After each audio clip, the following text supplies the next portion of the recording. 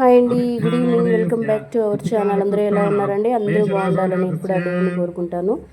మీకు నేను చెప్పాను కదండి, మా ఇంటి పక్కన గణపతిని పెట్టారని. గణేశాన్ని ఇక్కడ 9 రోజులు నవరాత్రుల్లాగా 9 రోజులు పెడతారు. చాలా బాగా చేస్తారండి. ఈసారి గణపతి హోమం పెట్టారు. మనము ఏ పూజ చేసినా, ఏ పని చేసినా, గృహప్రవేశం చేసినా, ఏ ఫంక్షన్ చేసినా మనం ఫస్ట్ పూజించేది గణపతిని. ఫస్ట్ ఆయన్ని పూజించే మనము ఏ పనైనా స్టార్ట్ చేస్తాము. మనకు ఎన్ని బాధలు ఉన్నా, అప్పుల బాధలు కానీ, ఆరోగ్యపరంగా కానీ, దేనికైనా మనం ఆయన కానీ వేడుకుంటే మనకు అన్ని బాధలు ఆయన తొలగిస్తాడు. ఇక్కడ గణపతి హోమం చేస్తున్నారు. మీరు చేయాలంటే 501 రూపాయి కట్టండి, మీ చేతిలో చేయిస్తాము అని చెప్పారు. ఇక్కడుండే మా ఇంటి పక్కన ఆంటీ వాళ్ళందరూ గణపతి హోమంకి అందరూ డబ్బులు కట్టారు. నేను కూడా కట్టానండి, నేను కూడా పాల్గొన్నాను. చాలా బాగా చేశారు. అందరం వెళ్ళామండి, మా ఇంట్లో మా వారు అందరం వెళ్ళాము. హోమం అయితే చాలా బాగా చేశారు పూజారి గారు.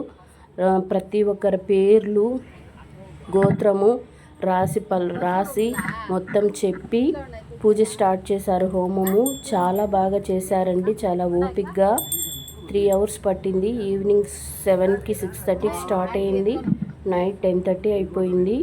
చాలా బాగా ప్రతి ఒక్క దాని గురించి వివరిస్తూ చాలా బాగా చెప్పారు. చాలా బాగా జరిగింది హోమము. నాకైతే చాలా సంతోషం అనిపించింది. మనం ఇంట్లో గణపతి హోమం చేయించుకోవాలంటే చాలా ఖర్చు అవుతుంది, చాలా టైం పడుతుంది. ఇంత పెద్ద హోమం మనం ఇంట్లో చేయించుకోవాలంటే చాలా కష్టం అండి. అలాంటిది నాకు ఇంత అదృష్టం వచ్చిందంటే నేను నిజంగా చాలా హ్యాపీగా ఫీల్ అయ్యాను. నేను దీనిలో పాల్గొనిన దానికి. ఇదంతా మీకు ఎందుకు షేర్ చేస్తున్నానంటే మీకు చూపించాలనిపించింది నాకు, అందుకని మీకు నేను షేర్ చేస్తున్నాను. చూడండి, మొత్తము ప్రతి ఒక్క పేర్లు, గోత్రనామాలు చెప్పి పూజ స్టార్ట్ చేస్తున్నారు. ఇదంతా కూడా నేను ఎండింగ్ వరకు తీశానండి. కొంచెం ఓపిక చేసుకొని మిస్ అవ్వకుండా మొత్తం వీడియో చూడండి. ఓకేనా అండి? నచ్చితే లైక్ చేయండి, సబ్స్క్రైబ్ చేయండి. హోమం మొత్తం చూడండి, మిస్ అవ్వద్దు. ఓకేనా? బాయ్. మిథుడంగరగోత్రోభవస్య శేఖర్ రెడ్డి నామధేయస్య మీనరాశో జాత కన్యారాశో జాతస్య.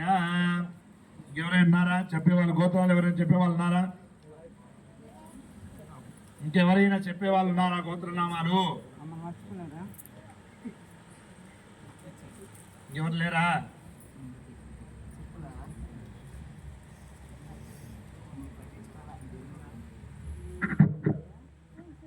చెప్పండి. పట్టుబాల గోత్రోభవస్య అరుణానామధేయస్య మేషరాశో కృతికా నక్షత్రానాం మేషరాశో జాతస్య చూష్మా నామధేయస్య అశ్వినీ నక్షత్రానాం మేషరాశో జాతస్య భార్గవీ నామధేయస్య పూర్వాషాఢ నక్షత్రానాం ధనుస్రాశో జాతస్య పురుషోత్తం రెడ్డి నామధేయస్య హస్తా నక్షత్రానాం కన్యారాశో జాతస్య. అంతేనా? ఇంకెవరైనా ఉన్నారా? నామధేయస్య భువనేశ్వరీ నామ్యాః ఋత్వికా నామధేయస్య సాత్విక్ నామధేయస్య అస్మాకం పునర్సంగ ప్రాకారేణ విష్ణుగోత్రోభవస్య జగదీష్ నామధేయస్య మౌని నామధేయస్య నిర్వాణ్ నామధేయస్య అస్మాకం. ఇంకెవరైనా గోత్రవాళ్ళు చెప్పేవాళ్ళు ఉన్నారా? మేడికాయ గోత్రోభవస్య వెంకటరమణారెడ్డి నామధేయస్య నీరజానామ్యహం సుప్రీత్ రెడ్డి నామధేయస్య అస్మాకం. ఇంకా ఎవరైనా ఉన్నారా? మధ్యాహ్నం తిన్నారా? గంటకు చెప్తా కదా వినపడేది. వేణూర్ల గోత్రోభవస్య పురుషోత్తం రెడ్డి నామధేయస్య కన్యారాశో జాతస్య అంజనమ్మ నామధేయస్య మేషరాశో జాతస్య రెడ్డీశ్వర్ రెడ్డి నామధేయస్య తులారాశో జాతస్య చంద్రారెడ్డి నామధేయస్య మీనరాశో జాతస్య. ఇంకెవరైనా ఉన్నారా? జాగడాకుల గోత్రోభవస్య ఈశ్వర్ రెడ్డి నామధేయస్య అమూల్య నామధేయస్య మనోజ్ రెడ్డి నామధేయస్య అస్మాకం. ఇంకా చెప్పమ్మా. అస్మాకం. ఇంకెవరైనా ఉన్నారా? అభయ ఆయు ఆరోగ్య ఐశ్వర్య అభివృద్ధ్యర్థం ధర్మ అర్థ కామ్య మోక్ష చతుర్విధ ఫలపురుషార్థ శ్రీ వరసిద్ధి వినాయక స్వామి నారికేల గణపతి హోమాంచ పూజాంచంకరిష్యే. హరి ఓం. కలశస్య ముఖే విష్ణు కంఠే రుద్ర సమష్టిర కుక్షతం సాగరే సర్వాన్ సప్తదీపా వసుంధర. ఋగ్వేద యజుర్వేద సామవేద అదర్వణ అంగై చ కలశంభు సమగ్రద గంగే యమునే చైవ గోదావరి నర్మదే సింధు కావేరి జలస్మిన్ సన్నిధం గురు తుంగభద్ర భాగీరథ పంచగంగా ప్రకీర్త ఐమహర్తస్మహార్తస్తో తదేవ లగ్నం తారాబలం తదేవం సుదినం తదేవ చంద్రబలం తదేవం గ్రహబలం తదేవం లక్ష్మీపదే తదేవం. హరి ఓం గణానాన్ త్వా గణపతి కుమ్మవావే కవిం కవీనాపమస్తమత్వం జ్యేష్ఠరాజం బ్రహ్మణస్పద ఆనం శృణ్వన్నోభిషేకసాదనం శ్రీ మహాగణాధిపతియే నమః. మనో దేవీ సరస్వతి శుద్ధే వాజపేయపతే వక్రతుండాయ విద్మహే శూర్పకర్ణాయ ధీమహి తన్నో దంతి ప్రచోదయాత్. హరి ఓం. అక్షంతలు తీసుకో, చెప్తూ ఉంటాను, గణపతి దగ్గర వేస్తూ ఉంటుంది. అందరు మనసులో ఓం శ్రీ మహాగణాధిపతి నమః అనుకోండి. ఆడ కలశం దగ్గర వేస్తూ ఉండు. ఓం ధ్యాయామి ధ్యానం సమర్పయామి ఆవాహయామి నమర్త సింహాసనం సమర్పయామి హస్తయోః అర్ఘ్యం సమర్పయామి పాదయోః పాద్యం సమర్పయామి శుద్ధ ఆచమనీయం సమర్పయామి మధువర్కం సమర్పయామి శుద్ధోదకస్నానం సమర్పయామి పంచామృతస్నానం సమర్పయామి. లక్ష్మీనారాయణభ్యాం నమః. వాణీ హిరణ్యభ్యాం నమః. సుధీవృందస్పతిభ్యాం నమః. కనిష్ఠికాభ్యాం నమః. కర్తాలభ్యాం నమః. శిఖాయ వజడ్ కవచాయ హుం నేత్రాయ భట్ అస్త్రాయ భట్. ఓం భూర్భువః ఓం సుముఖాయ నమః. ఏకదంతాయ నమః. కపిలాయ నమః. గజకర్ణికాయ నమః. లంబోదరాయ నమః. విఘ్నరాజాయ నమః. ధూమకేతవే నమః. గణాధ్యక్షాయ నమః. బాలచంద్రాయ నమః. గజవక్రదాయ నమః. గజశూర్పకర్ణాయ నమః. హేరంబాయ నమః. స్కందపూర్వజాయ నమః. కేశవగణపతే నమః. విష్ణోత్తర గణపతే నమః. సహస్ర గణపతే నమః. మోదక గణపతే నమః. లక్ష్మీ గణపతే నమః. నారికేల గణపతే నమః. సంకటహర గణపతే నమః. వశిష్ఠ గణపతే నమః. నరముఖ గణపతే నమః. ఈశ్వర గణపతే నమః. పంచముఖ గణపతే నమః. నానావిధ పరిమళపత్ర పుష్ప అష్టోదశనామాని పూజాంచంకరిష్యే. ఈశాన సర్వవిద్యానాం ఈశ్వరీకం సర్వభూతానాం బ్రహ్మాధిపతి బ్రహ్మణో వేద బ్రహ్మజ బ్రహ్మజ అస్తు శివో మే అస్తు సదాశివో మే. గంధద్వారాంధురాదర్శ నిత్యపుష్టాంకరీషిణి ఈశ్వరీకం సర్వభూతానాం తామిమో అప్పే శ్రియా శ్రీగంధాన్ ధారయామి. అగరబత్తులు వెలిగించు. ఓం దశాంగం గులగులోపేతం సుగంధం సుమనోహరం రూపేణ దాసతే సత్వం ధ్యానధూపం నమోదతే. ధూపమాద్రాపయామి. శ్రీ వరసిద్ధి వినాయక స్వామి దేవత ధూపమాద్రాపయామి. హరి ఓం. మనస్పత్యేషు గణపతి గువ్యతాం. వక్రతుండ మహాకాయ కోటి సూర్య సమప్రభ నిర్విఘ్నం కురు మే దేవ సర్వ కార్యేషు సర్వదా. పథ్యాది దేవత సహిత అనుకూలిత దేవత పథ్యాది దేవత ఆవాహయామి స్థాపయామి పూజయామి. శుభకస్తి ఏకదంతశంకపిలో గజకర్ణికః లంబోదరశ్వ వికటో విఘ్నరాజో గణాధిప ధూమకేతో గణాధ్యక్షో బాలచంద్రో గజానన వక్రతుండో శూర్పకర్ణో హేరంబో స్కందపూర్వజ. వక్రతుండాయ విద్మహే శూర్పకర్ణాయ ధీమహి తన్నో దంతి ప్రచోదయాత్. టెంకాయ కొట్టు, ఒక టెంకాయ తీసుకొని కొట్టు.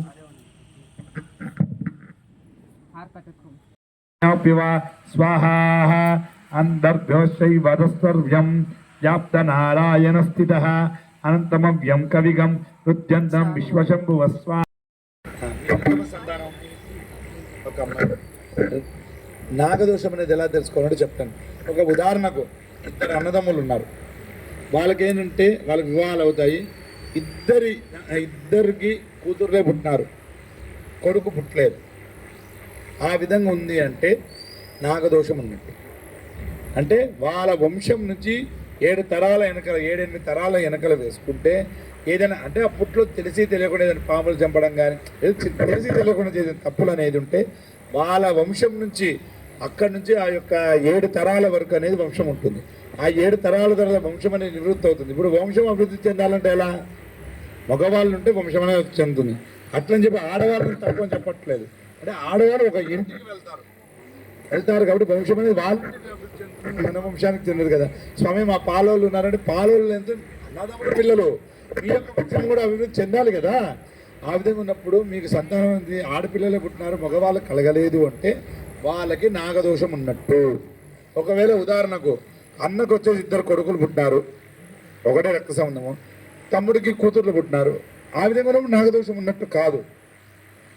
అంటే ఒక తండ్రికి పుట్టిన వాళ్ళే అన్నదమ్ములు అంటే, కాబట్టి అట్లా ఉన్నప్పుడు లేదు. ఇద్దరికి కూతుర్లు పుట్టి ఆ విధంగా పుత్ర సంతానం లేకుండా వాళ్ళకి నాగదోషం ఉన్నట్టు. అది విషయం అనేది. ఓం రాహవే నమః అనుకోండి. ఓం రాహవే నమః. నేను చెప్పినట్టు చెప్పండి. రాహు అరిష్టింతేతో పూజకు అనేది ఎటువంటి ఆటంకం అనేది రాదు. మనకి ఏదైనా పూజ చేయాలన్నప్పుడు యమగండం ఎందుకు వర్తిస్తుంది? ఎందుకంటే యమగండంలో ఎక్కువ రావుకేతువులు అనేది ఏంటంటే రావుగ్రహం కేతుగ్రహం ఉన్నప్పుడు అంటే మనకి ఎక్కువ యమగండాలు రావుకాలం ఉన్నప్పుడు రావుకేతువులు అంటారు. రావుకేతు ఏంటంటే రావుకాలం బాగాలేనప్పుడు ఏం చేస్తారు? రావుకేతు గ్రహస్థితి బాగాలేనప్పుడు అంటే సర్పారాధన చేస్తారు. సర్పసూక్త హోమాలు సర్పం అనేది చేస్తారు. మనం కాళహస్తికి వెళ్తారు, రావుకేతులు పూజ చేసుకుంటారా? అది ఏమిస్తారు వాళ్ళు? నాగపడిగలు ఇస్తారు పూజ చేసేటప్పుడు. కరెక్టా? నాగపడిగ నాగదేవత ఎవరెవరికి ఉంటుంది నాగపడిగ చెప్పండి. శివునికి, అమ్మవారికి, వినాయకుడికి, విష్ణువుకి. అది అవతారం మాత్రమే, నాగశేష అవతారం అంతే. నాగశేష పడుకొని ఉంటాడు కానీ మహావిష్ణువు యొక్క శరీరంలో పడగలేదు. మనకు పరమశివుడికి శిరస్సు చుట్టుంది పడగ, అమ్మవారికి నాగాలమ్మ అమ్మవారికి ఉంది పడగ, విఘ్నేశ్వర స్వామికి ఉంది, శివస్వామికి కూడా పడగలేదు. ఈ యొక్క ఉంది ఏంటంటే బొడ్డు దగ్గర ఉంది విఘ్నేశ్వరుడికి, పడగ ఉందా? వీళ్ళు సర్పారాధన ఉన్న సర్పం అనేది ఎవరైతే ఉందో వాళ్ళకి ఎటువంటి యమగండాలు రావుకాలాలు వర్తించవు. అంటే మనం రావుకేతులు చేసుకుని సర్పారాధనగా చేసుకునేది. చేసుకునేటప్పుడు మనం ఆయన పూజకు ఆటంకం ఎందుకు వస్తుంది? అది ఎవరైనా ఆలోచించారా? లేదు. స్వామి మేము బొమ్మ పెట్టినాము, యమగండం ఉంది, ఎట్లా స్వామి చేయాలి అంటారు. ఎందుకు అంటే పక్కన వాళ్ళు చెప్పేది ఎవరు అర్థం చేసుకోరు. స్వామి మేము 3 నమ్మకాలతో ఉన్నామంటారు. అందుకని ఎప్పుడు కానీ సర్పారాధన చేసే వాళ్ళకి ఎటువంటి రావుకాలాలు యమగండాలని వర్తించవు. అర్థమైందా? నమస్కారం చేసుకోండి. ఓం ఏతవే నమః అనుకోడు. ఎవరైతే కేతుగ్రహానికి ఆరాధన చేస్తారో అందులో అంటే చాలా మంది కేతుగ్రహ దోషాలు ఉన్నప్పుడు అంటే చెప్పిన మాట వినరు, నేను చెప్పిందే నువ్వు వినాలి అనే రకం. ఇంకోటి ఏమంటే విఘ్నేశ్వరుడి ఆరాధన చేసేటప్పటికి ప్రతి నెలలో మనకు పౌర్ణమి తర్వాత సంకటహర చతుర్దశి వస్తుంది. ఎవరైతే మన విఘ్నేశ్వరుడి ఆరాధన చేస్తారో 3 సార్లు కానీ 5 సార్లు కానీ 7 సార్లు కానీ 9 సార్లు కానీ 11 సార్లు కానీ ఆ యొక్క విఘ్నేశ్వరుడు ఆరాధన చేస్తారో వాళ్ళకి ఎటువంటి ఆటంకాలు కలగకుండా మంచి చేసే అధిపతి ఎవరంటే విఘ్నేశ్వరుడు. అర్థమైందా? ఆ విధంగా కేతు గ్రహం అనేది ఉంటుంది. అంటే కేతువు ఏం చేస్తాడంటే జ్ఞానాన్ని ప్రసాదిస్తా. పక్షాలు 15 రోజులు, 15 రోజుల పక్షం, 15 రోజుల పక్షం వస్తుంది. బహుళపక్షము, కృష్ణపక్షం. కరెక్టా? బహుళపక్షం, కృష్ణపక్షం. మనం ఏదైనా కార్యక్రమం అనేది బహుళపక్షంలో చేస్తే మంచిదా, కృష్ణపక్షంలో చేస్తే మంచిదా? బహుళపక్షం ఎందుకు చేయాలమ్మా? తర్వాత కృష్ణపక్షంలో ఎందుకు చేయకూడదు చెప్పండి. మీరు చెప్పండి చెప్తా. చెప్పమ్మా. కరెక్ట్. నేను అందుకని మీకు తెలిసింది చెప్పండి, అది రాంగారు ఏదో నేను చెప్తాను. ఎప్పుడు కానీ చెప్పండి, ఎప్పుడు కానీ కృష్ణపక్షం కానీ బహుళపక్షం రెండు సమానమే. కానీ ఇక్కడ ఏమవుతుందయ్యా అంటే అమావాస్య నుంచి పౌర్ణమికి వచ్చేటప్పుడు ఒక్కొక్క రోజు ఒక తిథి అనేది అభివృద్ధి చెందుతుంది. పౌర్ణమి తర్వాత అమావాస్యకు వచ్చేటప్పటికి ఏంటంటే ఆ యొక్క బలం అనేది క్షీణిస్తూ వస్తుంది. కాబట్టి ఆ యొక్క క్షీణించే సమయంలో కార్యక్రమం చేసినప్పుడు ఏమంటే కార్యక్రమం మంచిదే, చెడ్డ కాదు. అది క్షీణించడం అంటే ప్రభావం అనేది తక్కువగా ఉంటుంది, ఏదైనా ఫలితం అనేది.